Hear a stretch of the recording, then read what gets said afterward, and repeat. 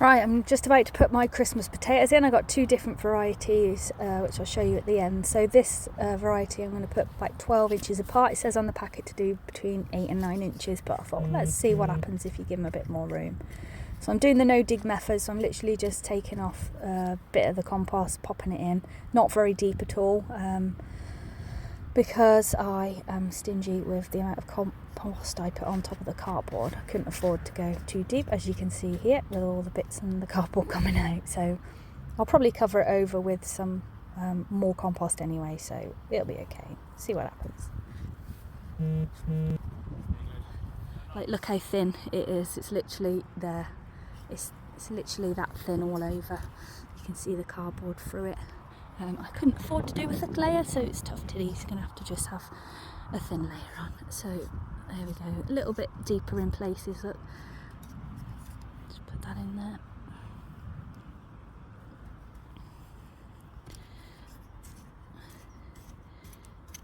There we go. Pop that in there. Looks a bit wrinkly. I don't know if that makes a difference or not. There we go.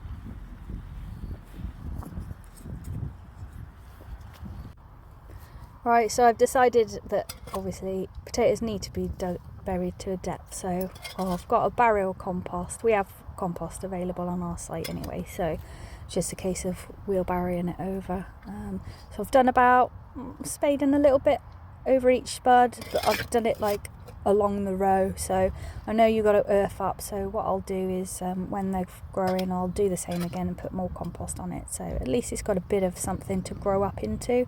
Because I think the tubers grow up like the stalk, so that's why you earth up to get more spuds rather than down. So I think they'll be okay. We'll see what happens. I've never done Christmas potatoes before, and I've never done no dig potatoes before, so we'll see what happens. Those stones at the end are just to remind me where the row started and finished while I was putting the compost on, but I'll probably leave them there now anyway.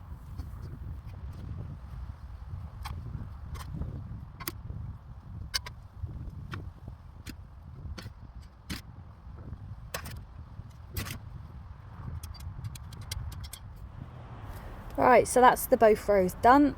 As you can see, there's little piles of compost along each area where they're planted to a depth about, I don't know, a couple of inches, but they're buried a couple of inches as well, so we'll see what happens. It should be easy enough to push through. This variety is called Foremost. Never even heard of this variety before, that's why I've tried it. And then this is the Charlotte row, which I've heard loads about and it always gets good reviews, so that's the Charlotte row. So yeah, that's it.